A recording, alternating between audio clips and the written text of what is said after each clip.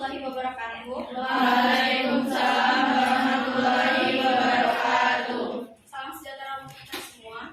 Selamat pagi kakak, bos, dan teman-teman sekalian. Kami dari kelompok 2 terdiri dari saya, Hafal Tungkus, dengan NPM 2213036 sebagai moderator. Memperkenalkan diri, nama saya Sedelita dengan NPM 2213038 sebagai presentator. Saya Rita Cecilia Francisca dengan NPM 221303201 sebagai presentator. Saya Nuraini Triana dengan NPM 22130320109. Saya Metosari dengan NPM 2213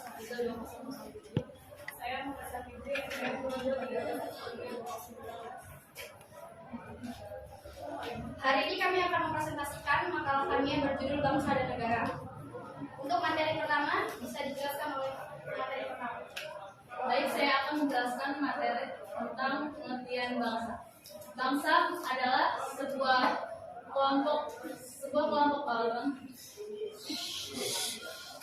Pengertian bangsa. Bangsa adalah sekelompok orang yang memiliki adat istiadat, asal-usul, bahasa, dan sejarah yang sama serta berkepemimpinan sendiri. Bangsa sendiri ialah sebuah kelompok yang terdiri dari sebuah kelompok orang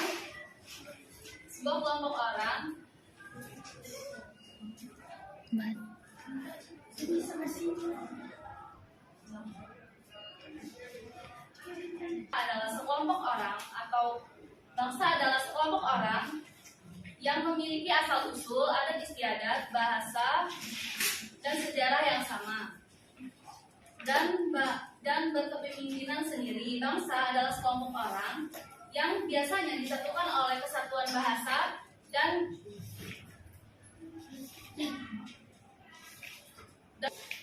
wilayah tertentu di bumi. Terima kasih Meta atas penjelasannya. Untuk materi selanjutnya materi kedua. Di sini saya sebagai presentator kedua akan mendefinisikan pengertian negara. Menurut Kamus Besar Bahasa Indonesia, pengertian negara dibagi menjadi dua. Yang pertama, negara adalah suatu organisasi yang memiliki tingkat kepuasan tertinggi dan ditaati oleh masyarakat. Yang kedua, negara adalah suatu kelompok sosial di bawah organisasi, lembaga, partai politik, dan juga pemerintahan yang berdaulat. Selain itu, pengertian negara juga didefinisikan oleh beberapa ahli, seperti Roger yang menyatakan bahwa pengertian negara adalah alat untuk mengatur persoalan-persoalan bersama masyarakat. Kemudian Max Weber yang mengatakan bahwa negara adalah suatu masyarakat yang memiliki hak monopoli dalam penggunaan kekuasaan fisik secara sah di dalam suatu wilayah. Terima kasih. Terima kasih penjelasannya, Esti. Untuk materi selanjutnya akan dibacakan oleh kita sendiri. Selanjutnya adalah unsur-unsur terbentuknya negara. Jadi unsur-unsur terbentuknya negara itu terbagi menjadi 4. Yang pertama, wilayah. Yang kedua, rakyat. Yang ketiga, pemerintah yang berdaulat. Dan yang keempat adalah pengakuan dari negara lain. Untuk wilayah itu terbagi menjadi 2. Yang pertama, wilayah daratan dan lautan. Rakyat adalah kumpulan manusia yang hidup bersama dalam suatu masyarakat penghuni suatu negara. Meskipun mereka ini mungkin berasal dari keturunan dan memiliki kepercayaan yang berbeda. Yang ketiga adalah pemerintahan yang berdaulat. Dalam arti luas, pemerintah adalah gabungan dari semua badan kenegaraan, yaitu eksekutif, legislatif, dan yudikatif yang berkuasa memerintah di wilayah suatu negara. Dan yang keempat adalah pengakuan dari negara lain. Pengakuan oleh negara lain didasarkan pada hukum internasional. Pengakuan itu bersifat deklaratif atau evidenter, bukan konstitutif. Baik. Terima kasih penjelasannya. Kita untuk materi selanjutnya akan dibacakan oleh Fitri. Baik, selanjutnya yaitu bentuk negara Indonesia. Negara Indonesia merupakan bentuk negara kesatuan. Negara kesatuan yaitu bentuk negara yang sederhana tetapi menghasilkan negara yang berdaulat baik dalam atau luar. Terdapat beberapa ciri-ciri negara kesatuan yaitu terdapat pemerintah pusat yang memiliki kedaulatan baik ke dalam berlaku di seluruh wilayah negara, dan yang ketiga yaitu terdapat satu kepala daerah kepemerintahan, dan yang terakhir yaitu terdapat suatu badan rakyat pemerintah. Negara kesatuan adalah sudah dianut oleh Indonesia sejak proklamasi kemerdekaan Indonesia tanggal 17 Agustus 1945. Negara kesatuan adalah bentuk negara yang sifatnya tunggal dan tidak tersusun atau terbagi dari beberapa negara yang memiliki kedaulatan. Alinia ketiga menjelaskan tentang kedudukan kodrat manusia Indonesia sebagai bangsa yang religius. Baik, sekian penjelasan dari kami. Jika ada yang ditanyakan, kami persilakan. Dari materi yang sudah dijelaskan tadi mengenai bangsa dan negara, saya ingin bertanya, apa sih bedanya antara bangsa dan negara? Sekian, terima kasih. Baik, sebelumnya izin memperkenalkan diri. Saya Aisyah Cilinggrup, NPM 22133024. Seperti yang sudah dijelaskan oleh rekan Nur tadi, bahwasannya kedaulatan berada di tangan rakyat. Itu kan tinggi. Terus sangkutannya dengan yang sudah dijelaskan tadi itu, mengapa bisa hakikat negara itu bersifat memaksa dalam materi ini. Terima kasih. Baik, sebelumnya izin memperkenalkan diri, saya Feni Sundari dengan NPM 2133032. Izin bertanya, menjelaskan maksud dari konsep dasar wilayah kelautan. Terima kasih. Isi waktu untuk menjawab ini.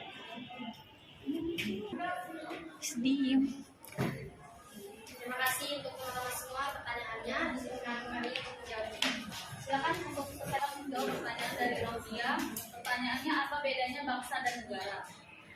Jawabannya, perbedaan negara merupakan suatu organisasi besar yang teratur, sementara bangsa hanya sekumpulan masyarakat.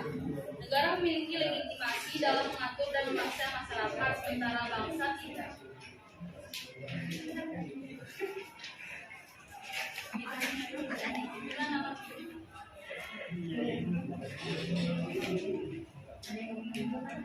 Apakah ada yang mau menambahkan? Ya.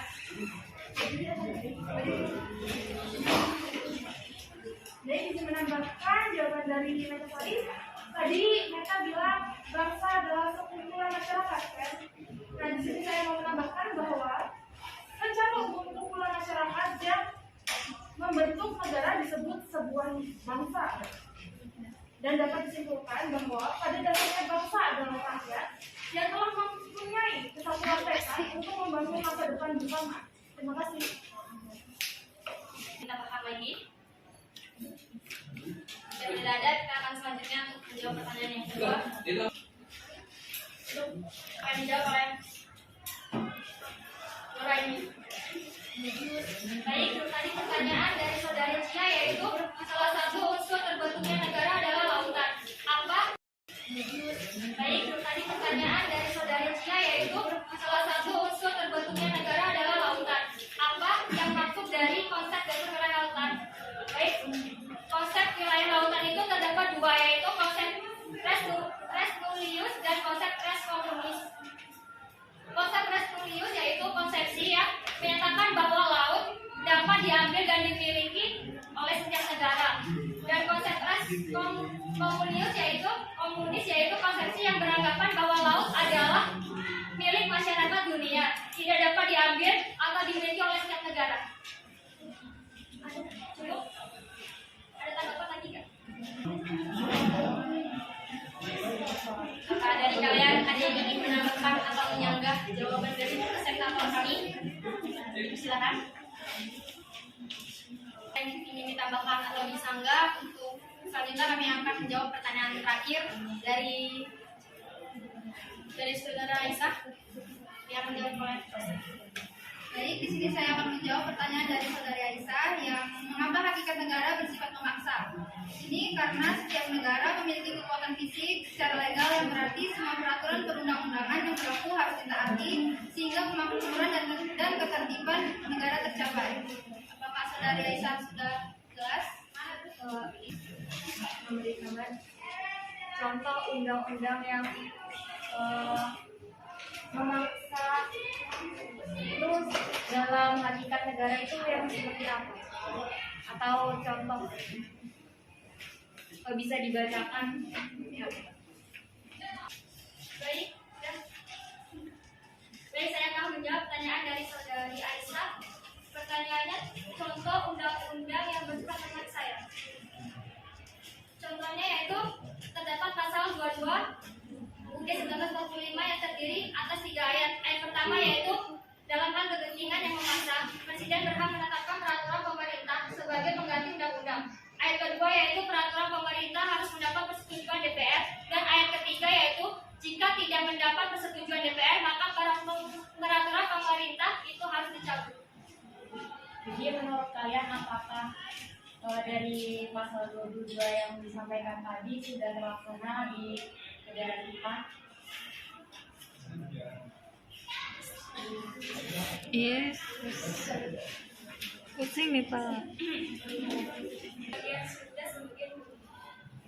Yang sudah itu seperti apa dan yang belum itu yang seperti apa? Dan keperluan negara diatur oleh undang-undang. Jadi bukan yang dijelaskan Nuraini tadi. Dia masuknya ke pasal 23A. Ya. Sekian, terima kasih. Iya. Iya. Jadi saya izin menambahkan pertanyaan dari Aisyah. Jadi yang belum terlaksana itu pasal 22 ayat 1, dan yang sudah terlaksana itu pasal 22 ayat 2 dan 3. Contohnya adalah Omnibus Law. Terima kasih. Menambahkan dari saudari Rifka, menurut saya pasal 1 itu sudah terlaksana. Soalnya peraturan pemerintah sebagai pengganti undang-undang itu menurut saya sudah terlaksana sih. Yang kedua itu peraturan pemerintah itu harus mendapatkan persetujuan dengan peraturan rakyat. Iya, benar, itu sudah terlaksana. Dan yang ketiga yaitu jika tidak mendapat persetujuan maka peraturan pemerintah harus dicabut.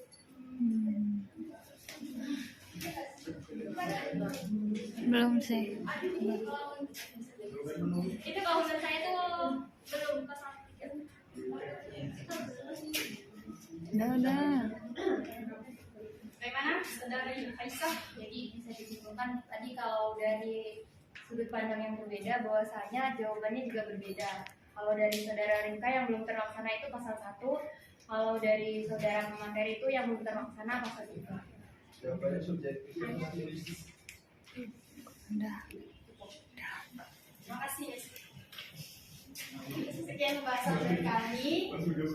Dapat disimpulkan bahwa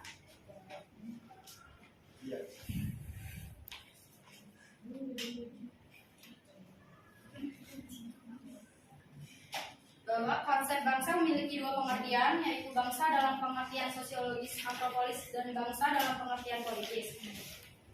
Negara adalah suatu wilayah di permukaan bumi yang kekuasaannya baik politik, militer, ekonomi, sosial maupun budayanya diatur oleh pemerintahan yang berada di wilayah tersebut. Secara umum dalam konsep teori modern, dan negara terbagi ke dalam 2 bentuk, negara kesatuan dan negara serikat. Sifat negara secara umum yaitu sifatnya memaksa, memonopoli, dan sifat mencakup semua.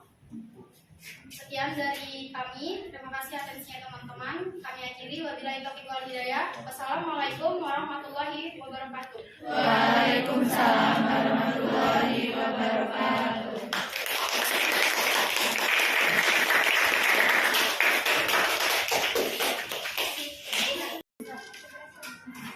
Is.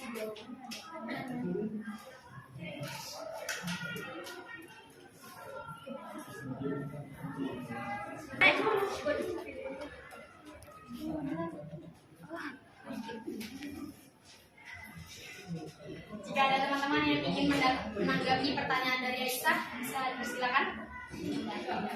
Menanggapi pertanyaan dari Aisyah tadi, bahwasannya ada yang terlaksana dan belum terlaksana. Kita ambil saja contoh dari anak anggota Ditjen Pajak RI yang sekarang ini. Bahwasannya dia sendiri ada mobil Rubicon yang dia nggak bayar pajaknya. Sedangkan kita rakyat biasa disuruh untuk bayar pajak. Padahal bapaknya sendiri adalah petinggi Ditjen Pajak RI. Itu itu adalah salah satu contohnya menurut saya itu. Ya kan anaknya nggak bayar pajak, sedangkan bapaknya itu petinggi pajak. Nah, sedangkan kita rakyat kecil harus membayar pajak. Pertanyaannya itu dari pasal itu yang sudah terlaksana apa dan yang belum terlaksana apa? Ya itu yang terlaksana kan kita sebagai Dan itu warga dari negara. pasal berapa? Pasal yang disebut tadi 22 ayat. Ayat berapa? 22 ayat 22 apa tadi? 22 ayat 1. Ayat 1 dan 2 dan 3. Ada 3. Di antara Iya, tapi kan pasal 22 ayat 1, 2, 3 itu dalam hal ihwal kepentingan yang memaksa, Presiden berhak menetapkan peraturan pemerintahan sebagai pengganti undang-undang. Yang kedua yaitu peraturan pemerintah itu harus mendapat persetujuan Dewan Perwakilan Rakyat. Yang ketiga, jika tidak mendapat persetujuan. Nah, pasal 1, 2, 3 ini menurut saya kurang cocok untuk disampaikan dari masalah yang aku jelaskan tadi. Terus tadi rekan Nur Hayati kan pasal 1, 2, 3 ini sudah terlaksana apa belum? Beliau itu menjawab ada yang sudah, ada yang belum. Nah, dari pasal 1, 2, 3 ini yang sudah terlaksana itu yang mana dan yang belum yang mana? Terima kasih. Izin menambahkan lagi, dari yang sudah saya jelaskan tadi, ternyata itu masuk ke dalam pasal 23A yang berbunyi pajak dan pungutan lain bersifat memaksa dan keperluan negara diatur oleh undang-undang. Jadi bukan yang dijelaskan Nuraini tadi. Dia masuknya ke pasal 23A. Sekian, terima kasih. Jadi saya izin menambahkan pertanyaan dari Aisyah. Jadi yang belum terlaksana itu pasal 22 ayat 1 dan yang sudah terlaksana itu pasal 22 ayat 2 dan 3. Contohnya adalah Omnibus Law. Terima kasih.